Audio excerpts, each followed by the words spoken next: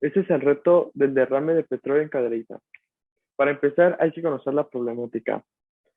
Hubo un derrame de hidrocarburos, el cual fue provocado por una toma clandestina en el poblado de San Juan. Durante este suceso se reportó una fuga, la cual provocó que el petróleo se extendiera por los ríos y acequias. ¿Qué impacto tiene este derrame? Para empezar, hubo una contaminación de parcelas, acequias, norillas y canales de riego, ya que este recorrió alrededor de 18 kilómetros del río San Juan.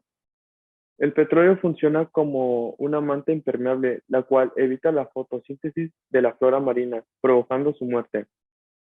Igualmente, la calidad del agua se vio afectada. ¿De qué está compuesto el petróleo?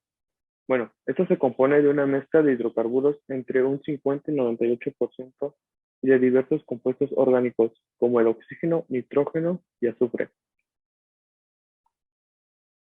Vamos a ver los principales compuestos en el petróleo. Como ya mencionaron antes, gran parte de esos compuestos son los hidrocarburos. Y los más importantes entre ellos están las parafinas, los alcanos, los naftenos y los aromáticos, como por ejemplo puede ser el benceno. Por lo general, los hidrocarburos con los que se trabajan suelen variar los números de carbono principalmente, desde 14 a 12, 10 a 14, 12 a 20 y 20 a 36. Aquí en la pantalla tenemos, por ejemplo, un ejemplo de parafinas y un ejemplo de nafténicos. En la siguiente slide tenemos un ejemplo de aromáticos y de asfálticos. Y para acabar, vamos a ver los importantes. Existen, obviamente, muchísimos ejemplares tanto de las parafinas, de los nafténicos, como aromáticos y asfálticos. Sin embargo, consideramos que debido a su presencia que tienen en el petróleo y cómo interactúan con él, cómo trabajan en él, los más importantes son el benceno, butano, metano, hexano y octano.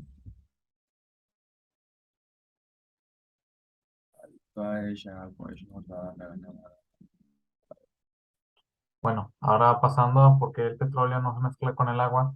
Esto es básicamente porque el petróleo está compuesto de una mezcla muy compleja de hidrocarburos, que ya sabemos que son moléculas no polares. Entonces el petróleo es no polar y el agua, por otro lado, es un compuesto polar. Por tanto, son incapaces de disolverse entre sí, ya que sus polaridades no son del mismo tipo.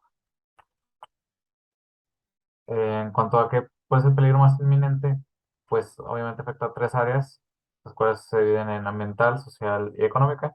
La ambiental es básicamente que esa agua pues destruye, o sea, destruye ecosistemas porque se ve contaminada, cultivos, afecta directamente a fauna y flora de esa región que simplemente muere.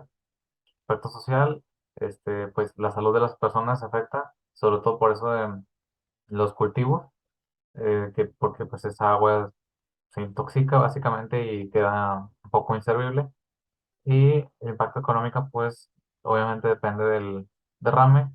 Por lo general se estima una pérdida de 150 millones de pesos, más o menos, en solo arreglar los daños y recuperar más del 90% del derrame.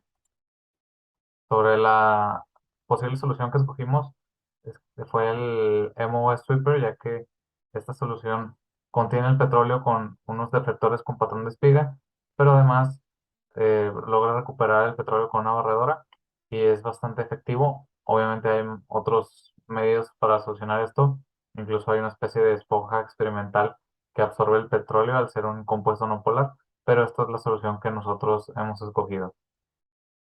Ok, bueno, ahora todas las moléculas que vamos a decir a continuación van a tener las mismas características excepto que el agua. Esta es la estructura del Lewis, que es un hexágono, su geometría molecular es aquella que es plana, y todos van a tener en común que son enlaces covalentes, fuerzas intermoleculares, dipolo inducido, todas van a ser insolubles en agua, a lo mejor van a cambiar en viscosidad como este punto 648, todas van a ser no polar, algunos van a cambiar líquido, gas, dependiendo de, pues, de la masa de la molécula y todo, en este caso es líquido, y su punto de ebullición. También todas van a ser muy volátiles. Por ejemplo, el butano tiene una estructura más larga, por eso es gas y por eso tiene menor punto de ebullición. Esta, como su molécula es líquido, pero es más completa y su punto de ebullición es más alto. Después, esta que es el octano, bueno, pues es líquido, pero con un punto de ebullición mucho más alto. Y el agua, bueno, el agua es una molécula obviamente soluble en agua, es líquido, pero esa es polar. Por eso, polar y no polar no se pueden disolver entre sí y es uno de los problemas que tenemos con el petróleo. El agua es un recurso que debe tener ciertas características para que tenga el mérito de llamarse agua potable. Primero que todo, debe haber pasado por el proceso de potabilización, que es un proceso por el que el agua pasa por coagulación o floculación, sedimentación, filtración y finalmente desinfección. Aparte de esto, debe tener las características que debe ser limpia, segura, incolora, inodora e insípida. Si no cuenta con alguna de estas, no puede ser considerada agua potable. Luego, el agua debe tener ciertas propiedades que le permiten ser segura para el consumo humano. Debe ser libre de elementos en suspensión, libre de contaminantes y libre de microorganismos patógenos. Si no cuenta con alguna de estas, la vida humana se pone en riesgo. El agua es un recurso que todos los seres vivos necesitan para seguir vivos. Sin embargo, hay muchas personas que no tienen acceso al agua libre de contaminantes, que sea limpia, segura. Por lo tanto, ya que esto es necesaria para seguir viviendo, la consumen a pesar de todos los contaminantes que tienen, arriesgando su salud. Por lo tanto, es algo muy malo y algo que no debería pasar. Es por eso que la gente debería tener acceso al agua potable, no importa su estado económico o lo que sea.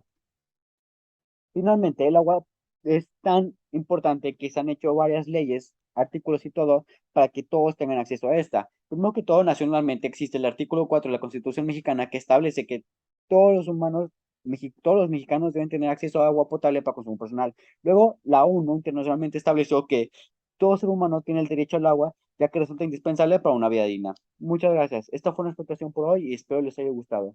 Bye.